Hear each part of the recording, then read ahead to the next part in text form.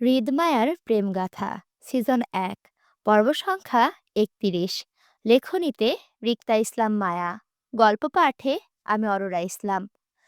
সকাল ৫টা পেরিয়ে পৌনে ৬টার ঘরে। কাক ডাকা ভোরে পাখির কিচিরমিচির শব্দ ভেসে আসছে অদূর লিচু গাছটা থেকে।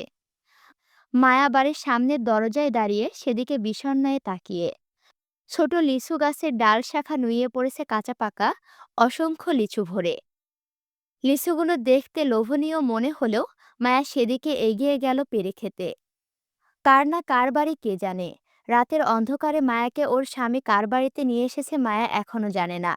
বাড়ির মালিক বা আশেপাশে অন্য কাউকে দেখেনি এখনো।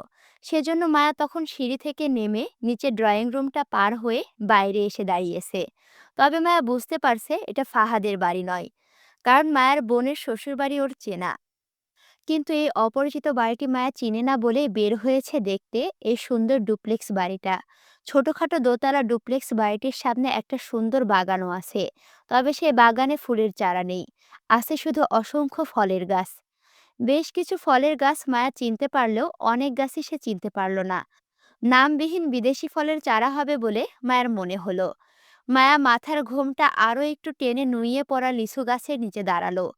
ওর গায়ে এখনো কালকের পরা সেই সাদা পাকিস্তানি জামাটি জড়ানো। ফর্সা পায়ে হৃদের বড় বড় স্যান্ডেল জোড়া মায়ের পাকে বেশি ছোট দেখালো।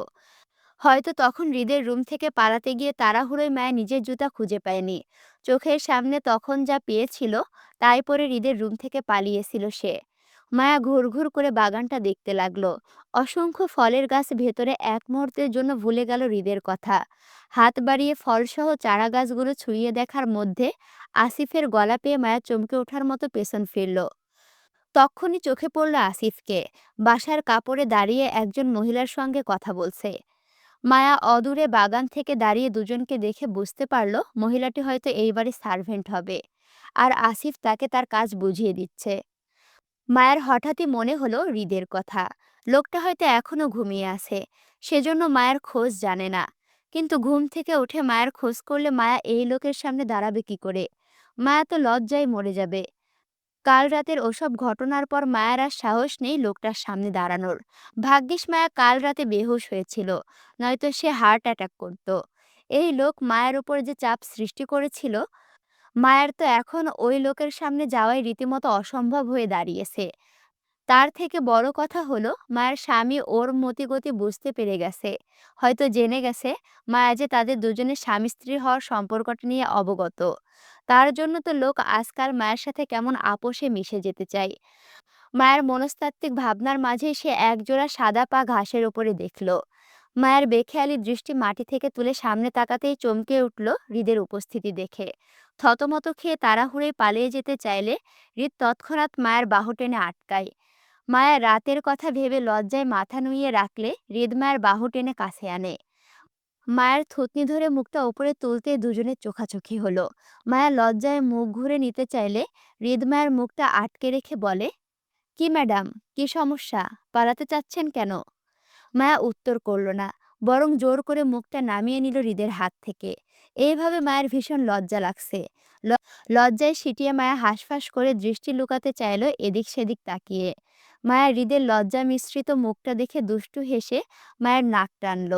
মায়া উফ শব্দ করে হৃদ মায়ের নাক ছেড়ে কপালে টোকা মারতে মারতে বলল, বারবার কাছে আসছেন, ধরা দিচ্ছেন, তর্ক করছেন না, কাহিনী কি? আমার প্রেমে টেমে পড়লেন নাকি ম্যাডাম? হৃদের দুষ্টু মুখভঙ্গিমা এই প্রথম দেখল মায়া। লোকটা যে মজা করে মিটিমিটি হাসতে পারে সেটা জানা ছিল না মায়ার। মায়া বিস্ময়ে হৃদের মুখের দিকে তাকালো। হৃদের ঠোঁটের কোণে অল্প হাসিটা দেখতে দেখতে মুহূর্তে গায়েব হয়ে গেল। হৃদ মুখটা স্বাভাবিক করে নিতে মায়া মুখ ভার করে বলল, প্রেমে পড়ার জন্য আপনার ফিয়ন্সে শশী আপু আছে না? আমি কেন পড়তে যাব? আমি প্রেমে পড়ব না। হৃদের স্বাভাবিক হয়ে যাওয়া মুখটা আবারও উজ্জ্বল হলো। ঠোঁট বাঁকিয়ে হেসে দ্বিতীয়বারের মতন মায়ের নাক টেনে বলল, জলে? মায়া গাল ফুলিয়ে হৃদের দিকে তাকালো। কষ্ট পেয়ে হৃদকে পেছনে ফেলে পিঠ মুড়িয়ে দাঁড়াতে দাঁড়াতে বলল, না। হৃদ মায়ের অবুঝ কাণ্ড দেখে ঠোঁট কামড়িয়ে হাসল। বউ তার জ্বলছে সেটা সে জানে। হৃদ জেনে শুনেই নিজের বউকে জ্বালাচ্ছে। মূলত তার ভালোই লাগছে এটা করতে। হৃদ মায়ের বাহু টেনে নিজের দিকে ফেরালো। মায়ের গাল টেনে বলল, পুরা পুরা গন্ধ পাচ্ছি ম্যাডাম। কার কলিজা যেন পুড়তেছে, তাই না? মায়া এক হাতে নাক ঘষতে ঘষতে হৃদের দুষ্টু দৃষ্টির দিকে তাকালো। হৃদ যে ইচ্ছা করে মায়াকে হেনস্থা করছে সেটা বুঝে মায়া কথা ঘোরাতে চাইলো। আশেপাশে দৃষ্টি ঘুরিয়ে মিহিস্বরে বলল, এই বাড়িটা কার? তোমার। হৃদের সোজা সাপটা উত্তরে বিস্মিত হলো মায়া। হৃদকে শুধিয়ে বলল, আমার? হুম। হৃদের উত্তরে মায়া মনে করলো হৃদ মায়ের সাথে মজা করছে। মায়া পুনরায় একই ভঙ্গিতে বলল, প্লিজ বলুন না বাড়িটা কার, আর এই লিচু গাছটা কার? হৃদ মায়ের আঙুলের অনুসারে ঝুলন্ত লিচু গাছটার দিকে তাকালো। সে সে ওপর থেকে দেখছিল মায়াকে এই লিচু গাছের আশেপাশে ঘুরঘুর করতে। হৃদ মায়ের হাত ধরে লিচু গাছের সামনে দাঁড়ালো। ঝুলে থাকা লিচুর থেকে একটা লিচু নিয়ে সেটা খোসা ছাড়ালো। বীজ ছাড়িয়ে সাদা অংশটুকু মায়ের মুখে তুলে দিতে দিতে বলল, এই বাড়ি, এই ঘর আর এইখানকার সব তোমার। আমি তো ভাড়াটিয়া তোমার। আপনি ভাড়াটিয়া আমার? মায়া অবাক গলায় শুধালো হৃদকে। হৃদ একইভাবে দ্বিতীয় লিচুটা গাছ থেকে পেড়ে খোসা ছাড়িয়ে মায়ের মুখে তুলে দিতে দিতে সম্মতি দিয়ে বলল, হুম। মায়া মুহূর্তেই খুশি হয়ে গেল, কারণ সে হৃদের ইঙ্গিত বুঝতে পেরেছে তাই। হৃদ যে এই বাড়ির মালিক সেটা বুঝতে বাকি নেই মায়ার। মায়ার স্বামী এই বাড়ির মালিক হলে মায়া তো তার বউ, তাহলে সে মালকিন হবে, এটাই স্বাভাবিক। আর এজন্য হয়তো হৃদ মায়াকে এই বাড়ির মালিক বলে সম্বোধন করছে। মায়া লজ্জা মিশ্রিত মুখে খুশি হয়ে গেল। হৃদ মায়ের মুখের দিকে তাকিয়ে আরো একটা লিচু মায়ের মুখে তুলে দিল। দুজনের কেউ কাউকে এই পর্যন্ত ভালোবাসি বলেনি, আর না কেউ কাউকে জানিয়েছে তারা একে অপরের স্বামী স্ত্রী হওয়ার সম্পর্কে অবগত। ভালোবাসা মুখে প্রকাশ করেনি কেউ, অথচ এই দুজনকে একত্রে দেখলে যে কেউ বলে দিতে পারবে তাদের দুজনের মধ্যে কতটা গভীর প্রেমের সম্পর্ক চলছে। হৃদ নিশ্চুপ ভালোবাসা আর মায়ের অস্থির মনোভাব দুজনকে একে অপরে ডুবিয়ে রাখে সারাক্ষণ। মায়ের মুখে যখন হৃদ শেষ লিচুটা তুলে দেয়, তখন মায়া মুখ ফিরিয়ে নেয় আর খাবো না বলে। হৃদ তারপরও মায়ের মুখে শেষ লিচুটা দেওয়ার সময় হতভম্ব হয়ে গেট দিয়ে ঢুকতে দেখা গেল রাদিফকে। রাদিফকে দেখে মায়া ভয় পেল। রাদিফ যদি মায়াকে এখানে দেখে উল্টাপাল্টা কিছু মনে করে বড়দের সবাইকে জানিয়ে দেয়, তাহলে বিপদে পড়বে ওরা দুজন।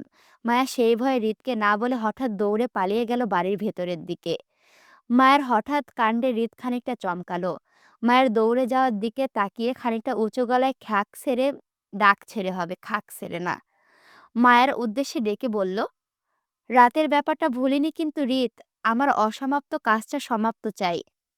ডাইনিং টেবিলে রাদিফের মুখোমুখি মায়া জড়তায় বসে, পাশে হৃদে টান টান হয়ে নাস্তার প্লেট উঠিয়ে বসলো।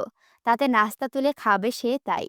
সামনে নানান রকমের খাবার, সার্ভেন্ট পাশে দাঁড়িয়ে, অথচ কেউ প্লেটে খাবার তুলে দিচ্ছে না। এমন থমথমে পরিবেশে মায়া উঠতেও পারছে না জড়তায়।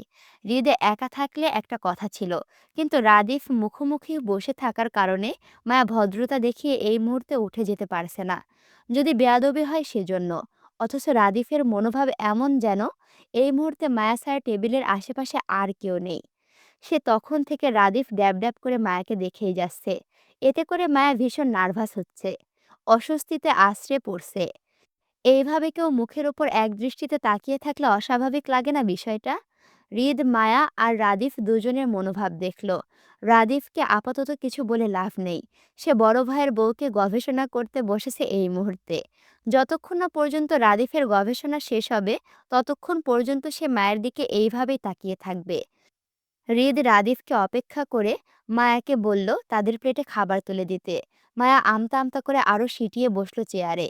রাদিফের দৃষ্টি আর মতিগতি কোনোটাই পরিবর্তন হলো না। মায়াকে চেয়ার ছেড়ে উঠতে না দেখে এবার হৃদ বিরক্ত হলো। ধমক দিতে মায়া হাঁসফাঁস করে উঠে দাঁড়ালো। অস্বস্তিতে পড়ে থতমত খেয়ে হৃদের ঠিক করে রাখা প্লেটটা উল্টিয়ে দিল। মায়ের এমন কাজ হৃদে কপাল কুঁচকালো। তীক্ষ্ণ গলায় বলল, কফি দাও। হৃদ মায়াকে কফির জন্য আদেশ করে মায়া উল্টে দেওয়া প্লেটটা নিজে আবার ঠিক করে রাখলো। মায়া হৃদকে কফি দিতে চেয়ে চায়ের কেটলিতে ধরতে গেলে রাদিফ বলল, ভাবি আমার প্লেটটা উল্টিয়ে দাও ভাইয়ের মতো করে। সোজা প্লেটে নাস্তা করতে মজা পায় না, স্বাদ আসে না। উল্টো প্লেটে নাস্তা করলে নিশ্চয়ই মজা পাবো, তাই না? রাদিফের মুখে ভাবি ডাকটা শুনে মায়ের মনে অস্থিরতার ঝড় তুলল। অস্থির ভঙ্গিতে মায়া হৃদের দিকে তাকাতে দেখল হৃদ মায়ের দিকে পূর্ব থেকেই তাকিয়ে আছে। দুই ভাই এমন করে মায়াকে কি দেখছে আল্লাহ জানে। কিন্তু মায়া সাংঘাতিক অস্বস্তিতে ভুগছে এই মুহূর্তে। তাছাড়া রাদীপ যে সরাসরি মায়াকে ভাবি ভাবি ডাকছে তাতে হৃদও বাধা দিচ্ছে না, বরং চুপ করে নীরব সম্মতি জানাচ্ছে। হৃদের নিশ্চুপ সম্মতি আর রাদিফের সরাসরি ভাবি ডাকায় মায়া ভেতর থেকে অস্থির হয়ে উঠল। সবকিছু গুলিয়ে ফেলে এলোমেলো কাজ করতে লাগলো। খালি চায়ের কাপটা হৃদের দিকে এগিয়ে দিতে দিতে বলল, আপনার রুটি। হৃদম্যার হাতের খালি চায়ের কাপটার দিকে তাকিয়ে সেটা নিজের হাতে নিয়ে বিস্ময়ে বলল, এটা রুটি? মায়ের হৃদের হাতের দিকে তাকিয়ে অস্থির ভঙ্গিতে লজ্জিত হলো। কি করবে ভেবে না পেয়ে তাড়াহুড়োয় হৃদের হাতে থাকা খালি কাপটা ছিনিয়ে নিতেই সামনে থেকে রাদীপ সিরিয়াস গলায় বলল, ভাবি, আমাকেও ভাইয়ের মতো এমন রুটি দেন। লজ্জা, ভয়, অস্থিরতা একত্রে ঘিরে ধরল মায়াকে। রাদীপ যেন সেসব আরো বাড়িয়ে দিচ্ছে বারবার ভাবি ডেকে আবদার করে। মায়া অনিচ্ছাকৃত ভুলগুলো আরো বাড়িয়ে দিচ্ছে। রাদীফ পুনরায় রুটি চাইলে মায়া হাতের কাছের একটা আপেল রাদীফের দিকে এগিয়ে দিয়ে ভয়ে আমতা আমতা করে বলল, আপনার চা। রাদীফ মায়ের হাত থেকে আপেলটা নিয়ে গোল গোল চোখে সেটি কয়েক পলক দেখে টুপ করে সেটাতে কামড় বসাতে বসাতে বলল, আহা, ভাবির হাতের চা হলো অমৃত। চা তো নয়, যেন আপেলের স্বাদ পাচ্ছি খেতে। মায়া হৃদের দিকে একটা কলা এগিয়ে দিতে দিতে একই ভঙ্গিতে বলল, আপনার কফি। হৃদ মায়ের হাত থেকে কলাটা নেওয়ার আগে রাদীপ সেটা ছু মেরে ছিনিয়ে নিতে বলল, ভাবি, ভাইয়ের তোমার কফি খাওয়ার দাঁত নাই, আমার দাঁত আছে ৩৪টা। এই যে দেখো, এই জন্য আমি তোমার কলা ফ্লেভারের কফিটা খাই, কেমন? একটা মজার ব্যাপার কি জানো? আমি যখন অনেক টেনশনে থাকি, দেখা গেল আমি উপন্যাসের নাম বলছি 'হৃদ মায়ের প্রেমগাথা', লেখিকার জায়গায় বলছি সালমা চৌধুরী। মানে আমারও মায়ের মতো মাঝে, মাঝে এমন কাণ্ড হয় যখন অতিরিক্ত টেনশনে থাকি। যাই হোক, ভিডিওতে বেশি, বেশি করে লাইক, কমেন্ট, শেয়ার করো। না হলে কিন্তু আমি পাবনায় চলে যাব। পাবনায় শিফট হয়ে যাব, বুঝছো? পাগলের দেশ পাবনা, তাই না? যাই হোক, এখনই ভিডিওতে লাইক, কমেন্ট, শেয়ার করো। আর এখনো যদি আমার চ্যানেলটি সাবস্ক্রাইব করে না থাকো, অবশ্যই সাবস্ক্রাইব করে পাশে থাকো। দেখা হচ্ছে পরবর্তী ভিডিওতে। আল্লাহ হাফেজ।